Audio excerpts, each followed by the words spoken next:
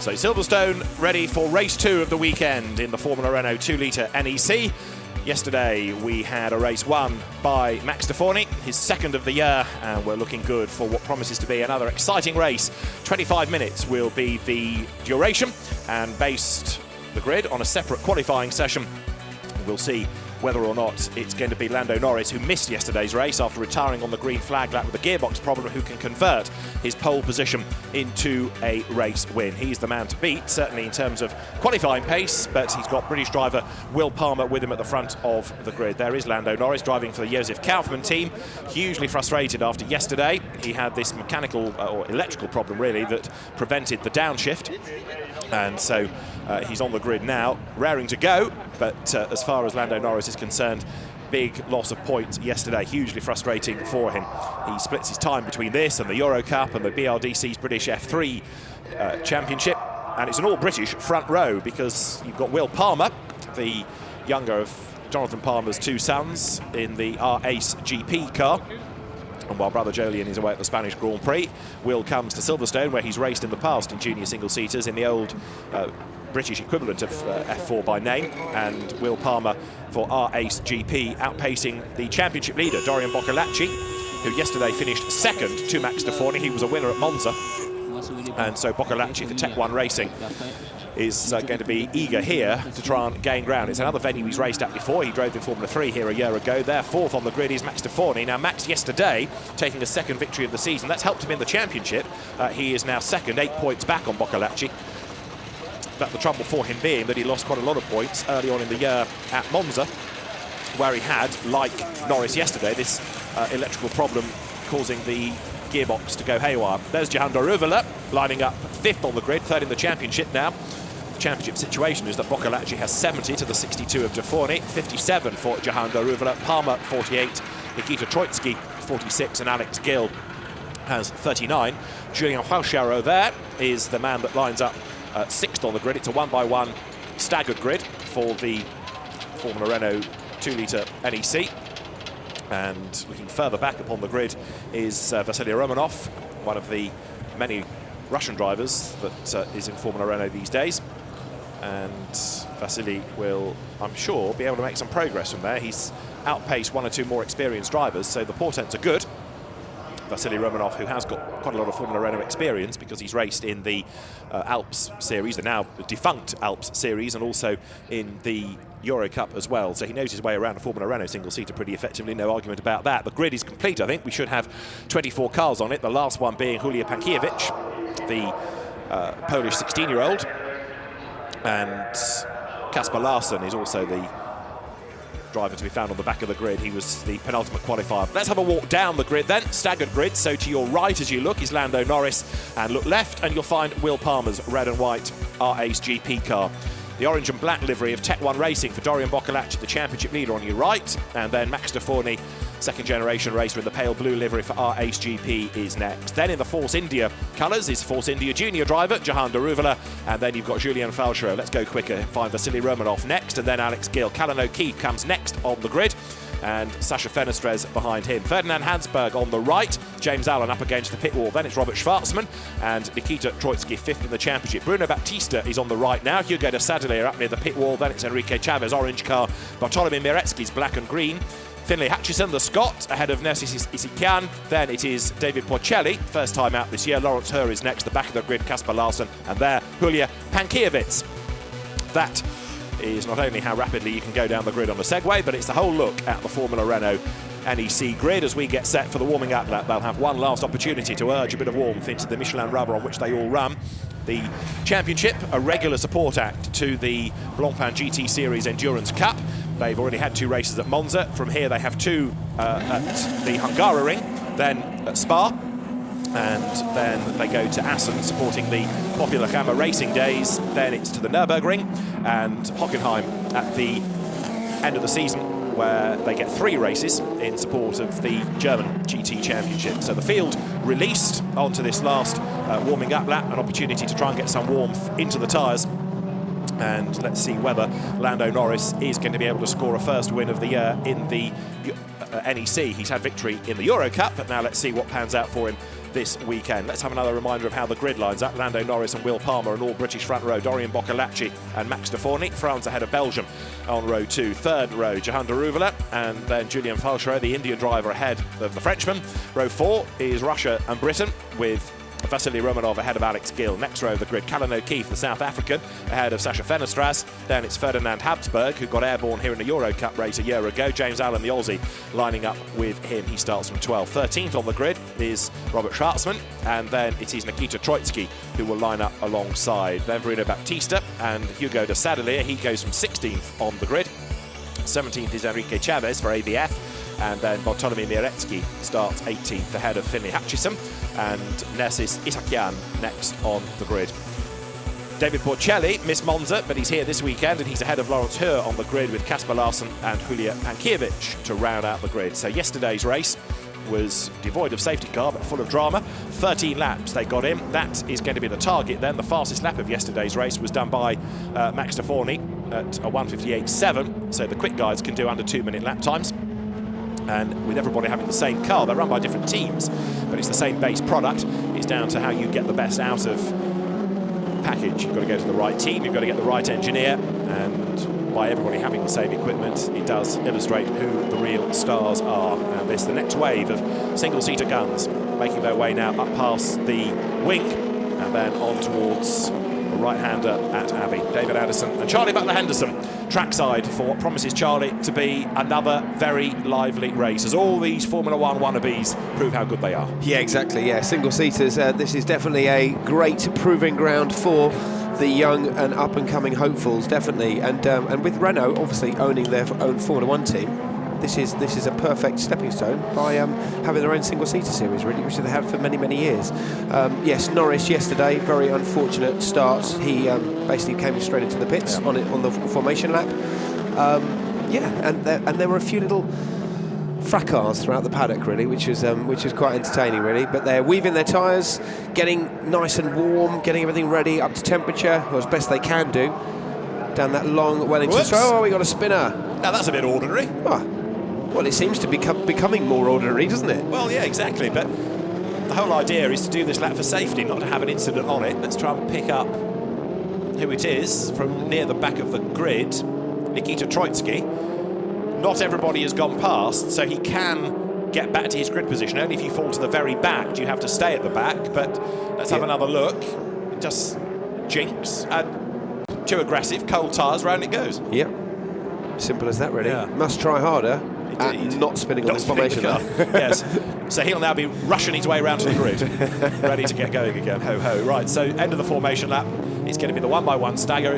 Yesterday, as we've been making the point, this electrical problem that caused a gear shift issue for Lando Norris stopped him from that's what it racing. Was. Good. Thank you for finding that out. Good. He will, fingers crossed, not have the same issue today.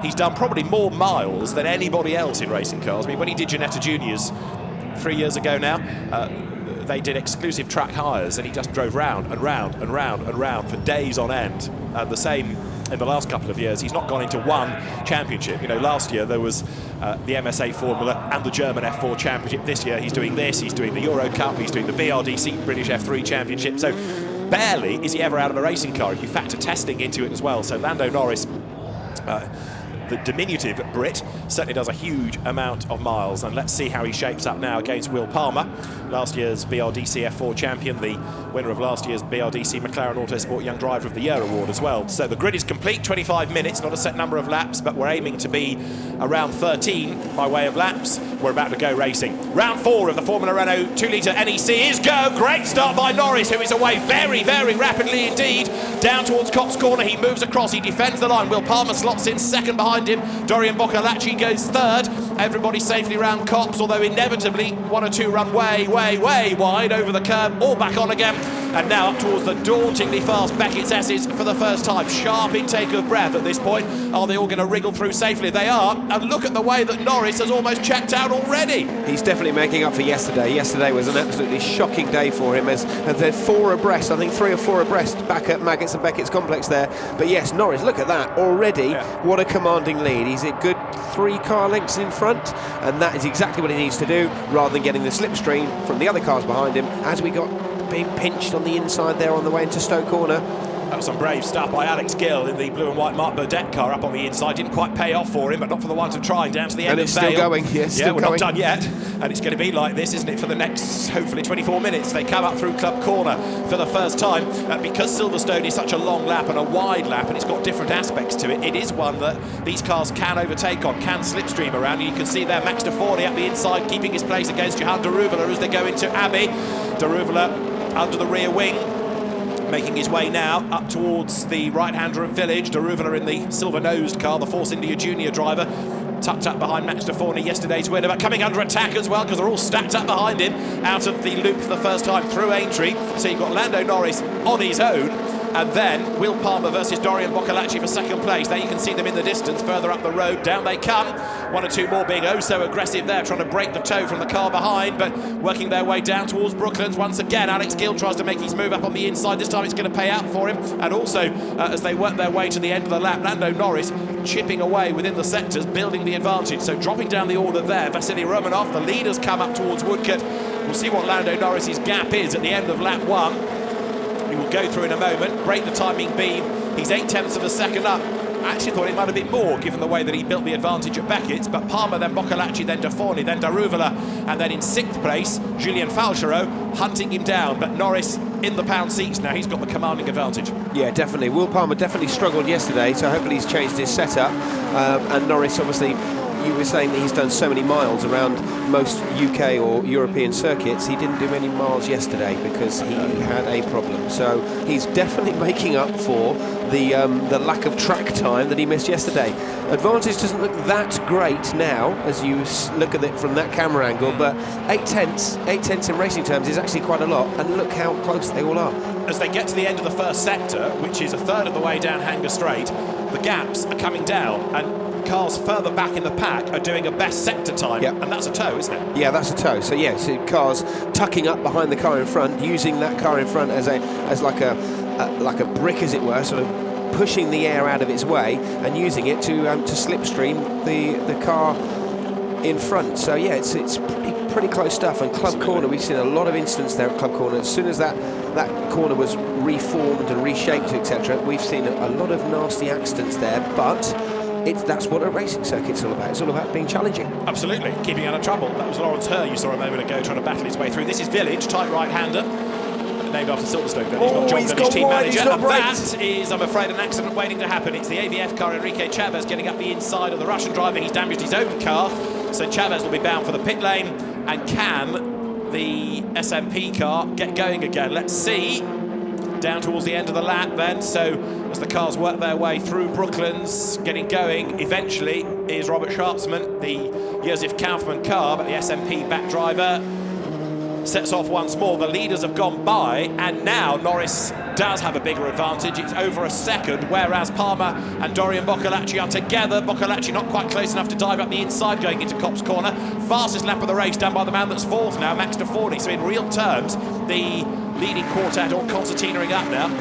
Lando Norris, who is also the leading rookie, turns his way up through the Beckett's S's. And what he wants is for Boccolacci to attack Palmer and distract him. Yep. What is happening, though, is that de Forney is attacking Boccolacci, so that gives Palmer a free ride. Yeah, that's exactly what's happening. And yes, if I was the leader right now, I'd be looking in my mirrors thinking, this is bliss, this is gold dust, this is perfect.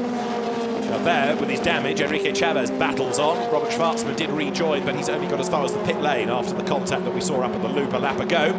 So Norris leads the way. The gap is up by another 2/10 in the first sector. And there you can see the battered car from the previous lap. So working his way back to the pit lane is Enrique Chavez. This is how he did it. I mean, he was a long way back to get past one possible, but he was never on. Yeah, he knows there's a left-hand hairpin there, and it seemed like he just forgot on that one occasion. But yeah, a silly move, definitely driver error, and misfortune for the one that he took out, really.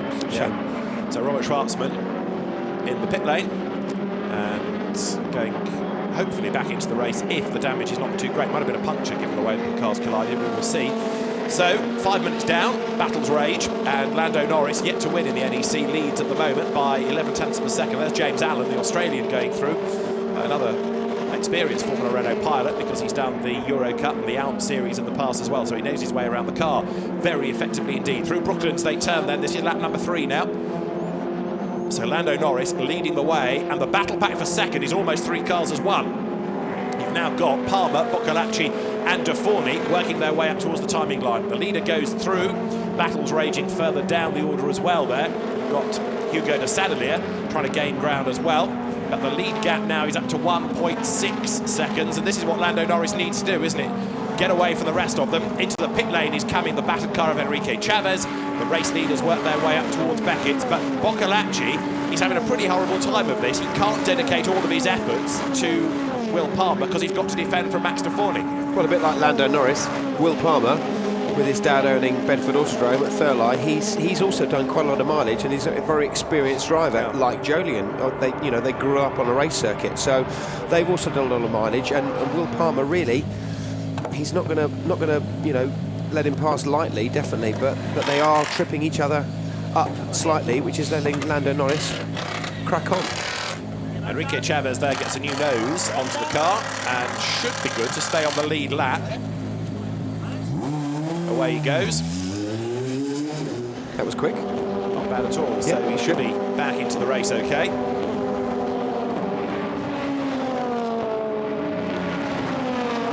And that's going to put him now in 23rd place, but if a safety car were to come out, that would bring him back onto the tail of the queue, and he can gain some places from there.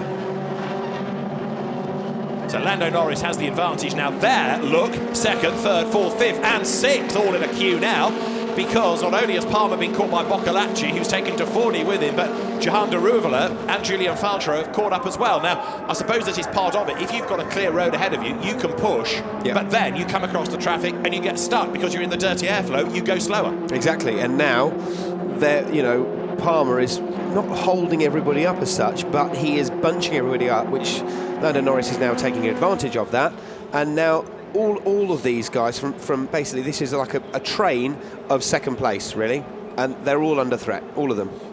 So where, if at all, is Dorian Boccolacci going to be able to make the move? Will Palmer has all of this pressure, but likewise Boccolacci is under attack from De Forni, so he knows he's got to get on with this. So you've got slicks and wing single-seaters. The aero will have an effect. You can't run too close for too long, so you've got to make the pass from a long way back, and a bit of a twitch there, I thought, from Boccolacci midway through Beckett's, and look, he's lost the ground to Palmer now. He's got to defend again. Palmer has sort of broken that sort of gap, as it were, and sort of given himself a little bit of breathing space, really. Can he catch the leader? It's questionable, but well, now we're all fighting for 4th now. Yeah, that's de Reuveler having a go to get past De Forni and proving that you can overtake, or at least you can try. He has a go on the outside line, doesn't pay off for him, but of course De Forni has to go defensive, so that means Boccolacci can escape. De Reuveler to the outside line at the end of Vale. He's done it! That was a really good, brave move, right round the outside under braking. Unbelievable, what a wicked move. That is a very, very sharp left-hand bend, and to go around the outside of it and keep your nerve and make it stick without having contact, that is 10 out of 10 from me. That is a phenomenal move. Very, very clean, tidy and well executed. And it proves that you can overtake in these cars around here. So, Jehan de Reuveler, one of the many feisty Indian drivers that's come through the single-seater ranks in recent years, proving that just because people say it's hard to overtake doesn't mean you can't try. Alex Gill in 27 there has joined the back of the train as well. So what can de Reuveler now do about Boccolacci, the championship leader ahead of him? Let's see. They're on to Wellington Straight. Look at the gap that Norris has got now, 2.4 seconds to the good. Will Palmer runs 2nd. Boccolacci gets close, but never really able to have a proper bid for position as they work their way now left of Brooklands. Yeah, very tricky, complex this. Each driver, each car, each class that we see, everyone has their own sort of personal line that they take round Luffield, really. They're all using as much road as they can on the exit there, coming through Woodcote as they pass our commentary box. But yeah, what a lead, what a commanding lead. Now they turn into Copse Corner, it's like as you said, nearly 3 seconds. Yeah, so Lando Norris then, who's also, not surprising, this set the fastest lap of the race. He's done 5 laps, and we've got 14 minutes to go, illustrating now why he is so highly regarded in the UK. He's already had victories this year in the Euro Cup. He's had victories in the BRDC British F3 series. More and more drivers being warned about track limits. So some pushing a bit too hard at various places, one of which is Cox Corner. Now this, the Beckett's S's, Bartolomei Miretsky at the head of that little group. He's in 14th place. The leaders further up the road, working lap number 6. There they are, through Stowe, and then into the Vale. They will go down through Vale for the 6th time. The man in 10th place, James Allen, has just done the absolute best first sector of anybody in the race, so benefiting from a tow on this lap, bringing down the gap. There is Miretsky, still under attack as Bruno Baptista lines up to have a go, but no, there's no opportunity on the inside there. Lando Norris checks his mirrors, checks again to see if there really is anybody behind him, and then turns right through Abbey. Probably checks his phone and maybe orders a takeaway because he's so far in the lead. He's got so much time, he can do that. And quite rightly so, you know, what rotten luck yesterday by having a mechanical failure. When you are out in the lead like that, with a margin of getting on for 3 seconds, how easy is it to, and I'm not meaning to sound facetious here, but doze off because you're not under attack? You can let your mind wander, can't you? It is very easy to do, yes, definitely. So we joke and say he's been checking his phone and ordering a takeaway sort of thing, but he's got to keep his concentration even more so because he's the first person around the circuit. Conditions might change, there might be oil from another car, a back mark or whatever it may be, and he also, you know, could come up against slower cars. He's got to really concentrate and sort of think ahead, but try not to doze off. So it's actually quite a tough place to be. I've heard drivers as well say that when you have a big lead, there's a tendency to think, right, I'll back off a bit and drive within myself, not make a mistake. But because you've backed off, you back off too much, and then suddenly the traffic is back with you, and you can actually throw away a race that way. Or you could make a mistake, or it could start to spit with rain, and you go, oh God, why have I just given away that whole advantage? So frustrating, yes. Indeed so, as the cars then turn their way through the Beckett's S's for the 7th time. Now, who've we got up front? Norris, who's second, Palmer, who's third, Boccolacci. No change in the top 3. Johan de Ruvela is 4th. Max de Forney then, having fallen to 5th, and de Forney second in the championship. He's giving away points here, isn't he, to Boccolacci, who's good for the podium. The cars work their way through Stowe Corner. There is 18, James Allen, the Australian. He's in 10th place. Now, Dorian Boccolacci is being given a warning flag now for disrespecting the track limits. He has been told he must respect them. Now the driving standards flag comes. If he carries on abusing them, then he gets a penalty. Yes, he will do, and it won't be a very nice penalty at all, really. So these rules have sort of been enforced into motorsport over the last, I'd say, 6 years or so. If that, maybe. Different circuits. Some circuits have magnetic strips or little sensors on the exit of the corners, so if they go wide, red and white rumble strips that we're seeing these cars now, they're fine. But if you go offline and actually put all 4 wheels outside the exit sort of white line of the circuit, then you get a penalty. And if you keep doing it, you get a penalty.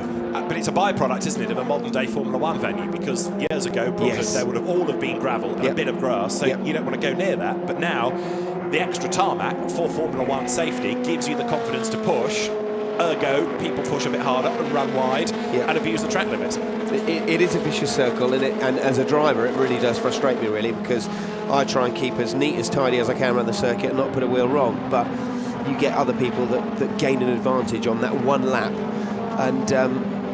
And it is frustrating, yes, but yes, runoff areas on race circuits have been increased over the years to maybe allow for, I don't know, gentlemen drivers or whatever it may be, really, but mistakes. But it's confusing. But Silverstone, all that extra asphalt is there for F1 reasons. Silverstone is a dual-purpose circuit. It's got to host MotoGP as well, so to an extent the safety has to allow for both. But Lando Norris cares not. He leads by 3 seconds from Will Palmer. Dorian Boccolacci third. Now, Boccolacci is coming under attack from de Ruvela. Remember how good de Ruvela was a few laps back to get past Max de Forney? Well, now he might be having a go at Boccolacci because he's only 0.6 of a second back. They come down to the end of Vale, and there is Palmer second. Boccolacci closing up for third, perhaps being spurred on a bit now by having the Indian driver looming large in his mirrors. We've only got 10 more minutes of the race to go. We've just had Julia Pakiewicz slowly down the pit lane. Second, third and fourth then back on. Is Boccolacci going to be able to do anything about Palmer before de Ruvela comes up to attack him? Let's see. Oh, and he had a big twitch there on the exit of the corner of the turn that we just saw then, on the exit of Abbey. Oh, that was quite a quick reaction from him, but if he goes wide on any other corner and the marshals see it and the clerk of the course sees it, he will get a penalty, and that will give them Palmer an advantage. Absolutely right, and it will bring, of course, the Ruvula back into the equation as well. They're onto Wellington Straight now, fast part of the circuit. Aintree, a very, very quick corner, so increasingly this is where you look for the higher speed, not the Hanger Straight at Silverstone. Down to Brooklands they come, 9 minutes on the clock. The battle is developing for second and third and fourth, but way up the road, Lando Norris still leads. The next round of the championship is mid-June in Budapest, and he's almost started it. He's so far ahead of the rest of them. He comes up out of Woodcote over the timing line. Norris goes through. Big gap back to Palmer, who has just got enough in hand over Boccolacci, like half a second. And actually, that time around, the gap between the leaders came down ever so slightly, 2.9 seconds. Palmer did a personal best lap, but Norris still the quickest man out there from earlier on. He's still got nearly 3 seconds in hand, and we're on lap number 9, and we've got 8 3/4 minutes to go. Into Beckett's they turn. So Lando Norris from Ginetta Juniors to the German F4, the Italian F4, the British F4 for the non-FIA cars, the British F3 to Formula Renault around the globe, the Toyota Racing Series as well, don't forget that. Yeah, don't forget that one. He's done a huge amount of mileage in a very short space of time. And he's a tiny guy, he's got the weight advantage over everybody else. He's not the tallest of people, he probably weighs about 4 stone wet through. So the jockey-sized Brit ahead of Will Palmer, another graduate of Ginetta Junior Racing a few years ago. Dorian Boccolacci third. Interesting, because he's taken what you might consider a step down. He drove in the FIA Formula 3 European Championship last year for the reformed Signature team. Struggled a bit and has decided to take a step back, just learn about slicks and wings single-seaters and maybe kickstart the career again. Which is a very wise move, really. You know, youngsters come straight out of karting these days and try and, well, look at just, you know, Verstappen. Yeah. Max Verstappen, straight into pretty much F1 straight away. So, that, you know, great opportunity, but if you rush the system, you don't learn, you don't experience, you don't have fun on the way through, and it can be quite costly, really. So quite a brave move for him to go back a step, but also it could have been due to budget as well. You know, motorsport isn't cheap, and it could have been from a sensible budgetary sponsorship point of view. Enrique Chavez, that we saw in strife early on being aggressive, he's been given a drive-through penalty for contact with another car. As it happens, he's in the pit lane anyway, so I'm not convinced he's going to rejoin and therefore ever serve the penalty, but I'll offer it up for record that he would have been given a drive-through. Over the timing line has just gone Lando Norris. Now the championship leader, Dorian Boccolacci, goes through. There he is, on the tail of Will Palmer. The gap between them is down to 0.4 of a second, but Boccolacci has never really looked like he was going to make a move. And actually, Max de Forny is back on the tail of de Ruvula for 4th place. He lost out to the Indian earlier on, but now the Belgian driver is right up behind him once again. There is de Forny in the blue car. His father, Didier de Forny, former Viper racer in GTs, one-time promoter of the Belgian Grand Prix. And Max de Forny, who was a winner at Spa last year, turns his way onto the Hanger Straight now, whilst the leader, Lando Norris, continues to gap the opposition. It's up again to over 3 seconds. Palmer seems to have gained an advantage as well on that lap, and seems to have got himself a little bit of breathing space as well. But you can see how close this championship really is. You've got, this is what, 5th, 6th, 7th, 8th, 9th, 10th place, all nose to tail. So qualifying is so important, just to be on the front 2 rows. Otherwise, you get stuck in traffic. Indeed so, but also it shows what kind of a circuit Silverstone is. Certain parts that you think, right, that gap's come right down. Corner later, it's all opened up again, just because of the nature of how the circuit flows and the fast corners and how brave some drivers are. And this 2nd to 6th group really rather elasticated. One lap they all close up, one lap it stretches out again. But one constant really is that Lando Norris is away and gone. He's got 5.5 more minutes to go. I'm sure if he does make it without drama to the checkered flag, he will be delighted. But there must also be that if only from yesterday, because it could well have been a double.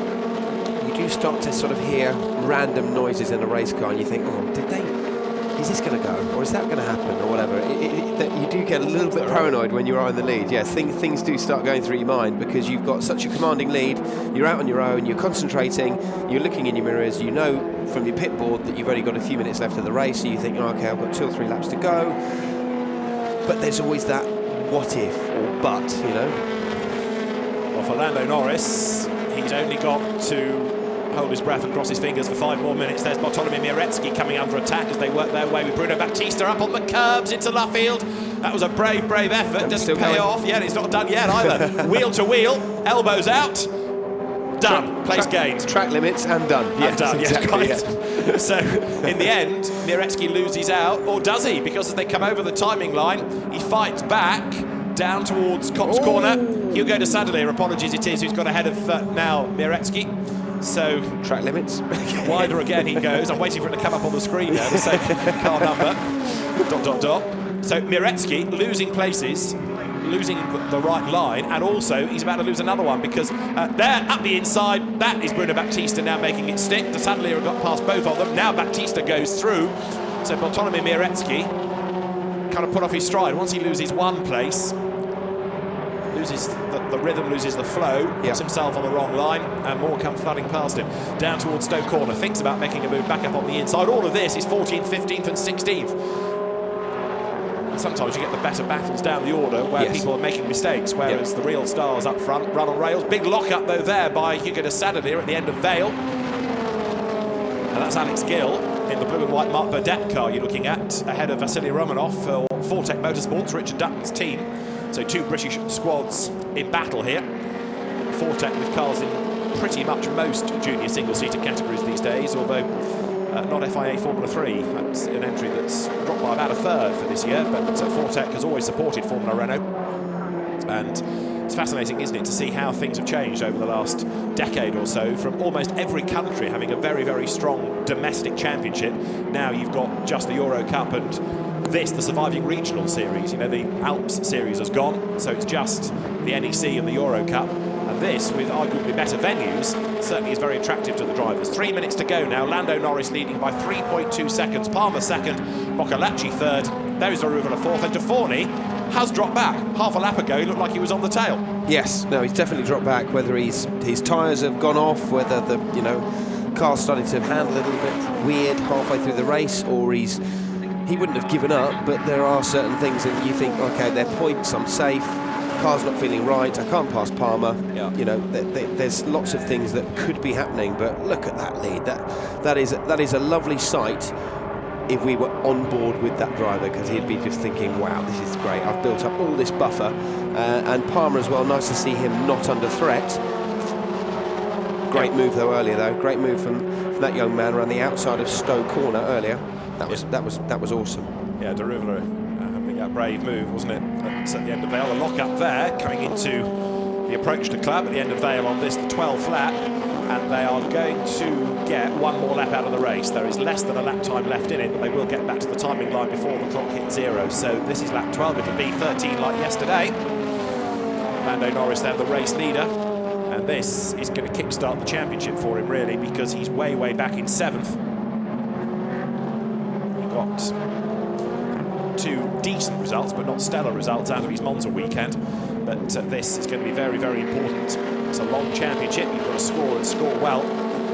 So it's a double header format, bar the last rounds at Hockenheim. Now there are 3 races, and depending on how it all fits in with Lando Norris's other commitments and how well placed he is in the championship, then we'll see what happens at the end of the year. But he's about to start the last lap. The Josef Kaufmann Racing squad, so successful in this championship. It ran Louis Delatraz to the title last year. It's running Lando Norris this year. Over the line now goes Norris onto his last lap with a minute to go, so we'll have the checkered flag next time around. He's 3.5 seconds up on Will Palmer now. The gap bigger than ever. There is Palmer, there is Boccolacci having to settle for 3rd. In 4th is Daruvalla, 5th is Deforny, 6th is Julien Falchereau, 7th is Callan O'Keefe, who's been a bit anonymous in this. Alex Gill is next, then Vasily Romanov and Ferdinand Habsburg in the top 10. It was here last year, but in the Euro Cup, that Habsburg gained YouTube notoriety for his acrobatics in the rather spectacular accident that befell him coming out of Club Corner. But the Austrian in 10th spot heads now onto Hanger Straight, at the end of which is Lando Norris, and he has just not put a wheel wrong, has he? No, he's been very sensible, very grown up, mature head on young shoulders, or light shoulders. As you were saying, that he was very light, which is always an advantage. David, you'd be quick in a car. And fighting talk. Yes, fighting talk in the commentary box today. And he just hasn't put a wheel wrong. Being in the lead for that amount of time, things do start going around in your mind, and it's very easy to put a wheel wrong, or just slightly give the Palmer or the 2nd or 3rd place man an advantage back again, and things can go wrong. So Lando Norris then, for the final time, working his way through Village, now into the left-hander at the loop, speed building as he accelerates up towards Aintree. And so, after a slightly frustrating start to his NEC campaign, Lando Norris then makes his way along Wellington Straight, and with a massive margin in one mate terms, 3.5 seconds to the good over Will Palmer in second spot. Third is Dorian Boccolacci, and they dive their way now through Brooklands for the final time. But Lando Norris, from pole position, sets the fastest lap, dominates the race, and we've not seen a lock-up, we've not seen him thump a curb, he's not been warned about track limits, just an exemplary drive. And Lando Norris comes through to win round 4 of the Formula Renault 2.0 NEC here at Silverstone. He crosses the line, moves up towards the pit wall to say thanks to all the engineers as he comes past them.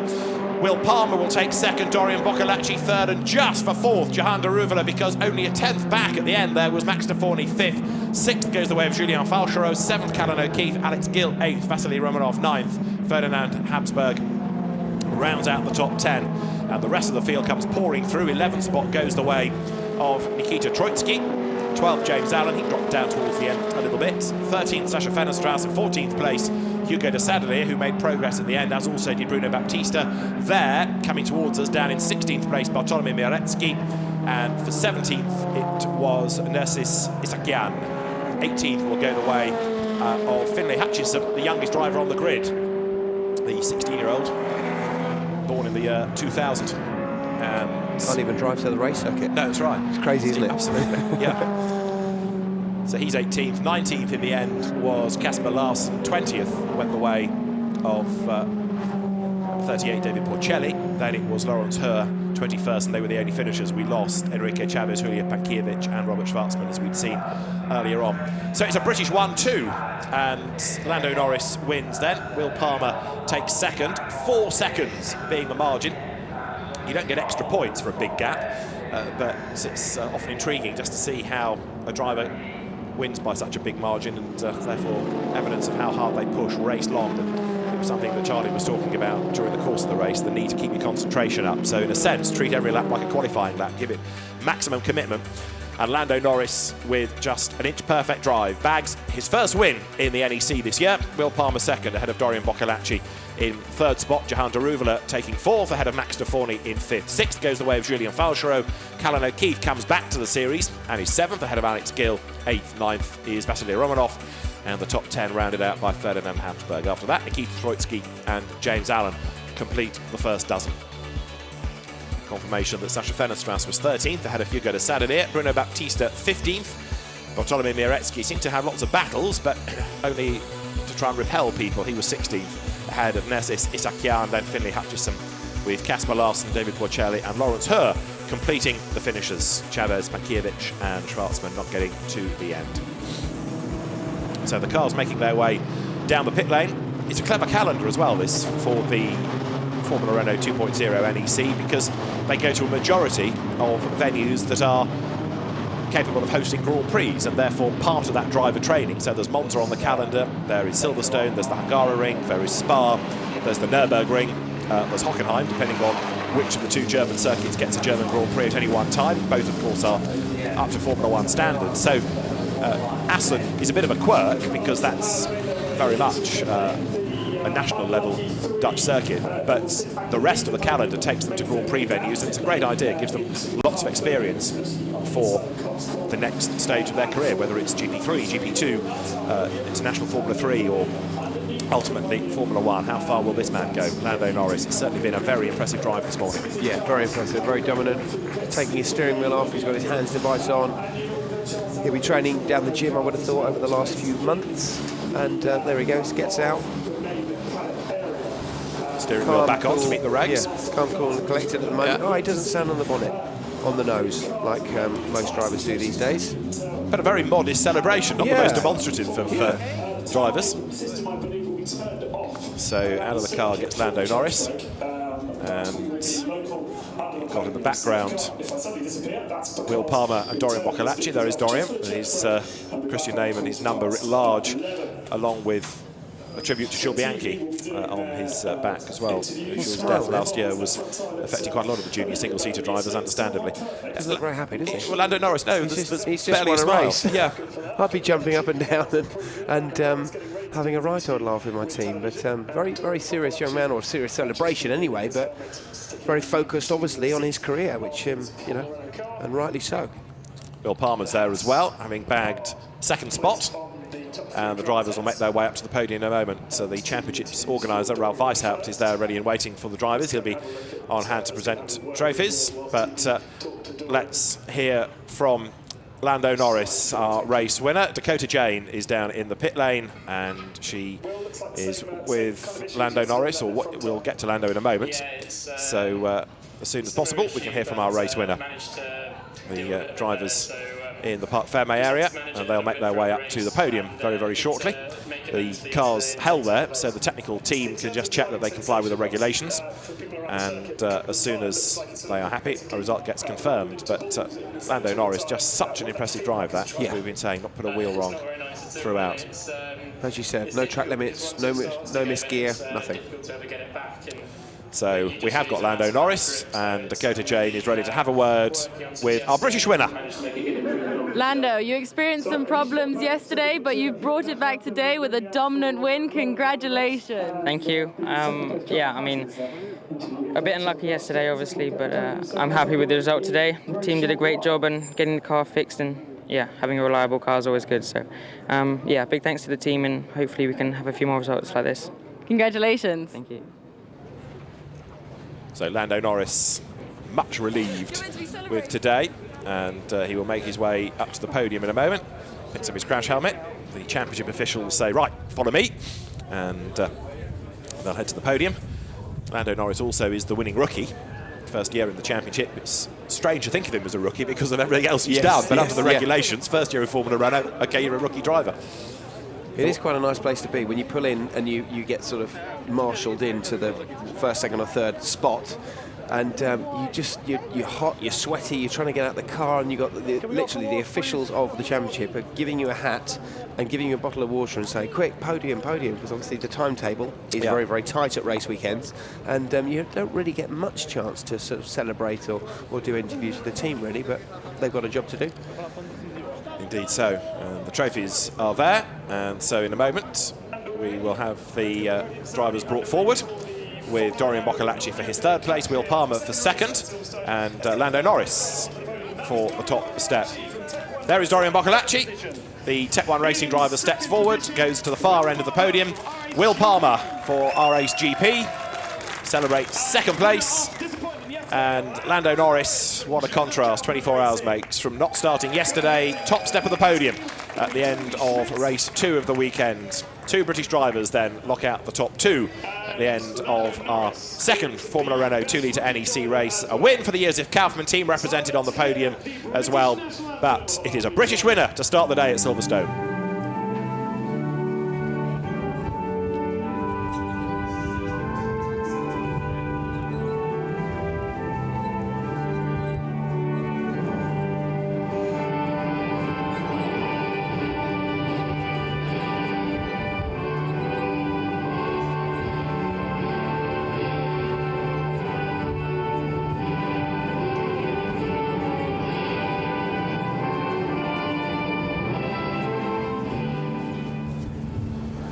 So for the 16-year-old Brit, Lando Norris, the national anthem to commemorate his win.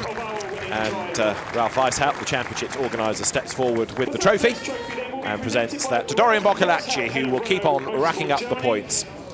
Then for second place, Vera Herrmann, the administration officer for the Formula Renault 2-litre NEC, steps forward. The trophy goes to Will Palmer. And then the winner's trophy will go to Lando Norris, and he also gets the winning rookie trophy. There's going to be the winning driver, the winning team, and the winning rookie all to present. Josef Kaufmann Racing has had a huge collection of these trophies over the years. That's just another one. And the top rookie, Lando Norris, now gets the trophy from Michel Volkmann from the Formula Renault 2-litre NEC organisation. So the small one is for rookie, the big trophy is for the outright win, and the drivers now will all get together for photographs. Lando dwarfed by the others as they surround him on the podium, but he's now all smiles. may not have been too emotional before, but he looks pretty happy with life now, Charlie. Yeah, he does look happy. Yeah, definitely. And I see what you mean about his size and weight. Yeah, what a great advantage to, you know, for any racing driver to be. That's the most nonchalant to be that sort of size. I've seen anybody on a podium. Dorian Boccolacci. Yeah, just hanging, just put his arm over the barrier. Yeah, very cash. Right, Will Palmer sprays the champagne all over Lando Norris. He's probably not old enough to drink it anyway. And then that's why he's throwing it all over. Exactly, doesn't matter. Yeah, easy come, easy go. And Dorian Boccolacci takes third place at the end of race 2 of the weekend. Race 2 and a 2-part trophy for Lando Norris as well, as the trophy comes apart in his hand. Let's have a look back at some of the highlights of race 2 of the weekend. Then it was Lando Norris that stormed away from pole position. No stopping him. He grabbed the lead on the way down towards Copse Corner. And although he built up a small lead over the first couple of laps, he just kept on building lap after lap after lap and pulled away from the rest of them as 25 minutes, 13 laps of racing unwound. Behind, the battles raged on. Will Palmer hanging on to his second place pretty much all the way, despite the best efforts of everybody else. And this was the only silliness, really, when Enrique Chavez turned around Robert Schwartzman. That put Chavez into the pit lane with damage and Schwartzman into retirement. Jahan Daruvala pulled a great move round the outside, going to the end of Vale to get himself up past Max Deforny.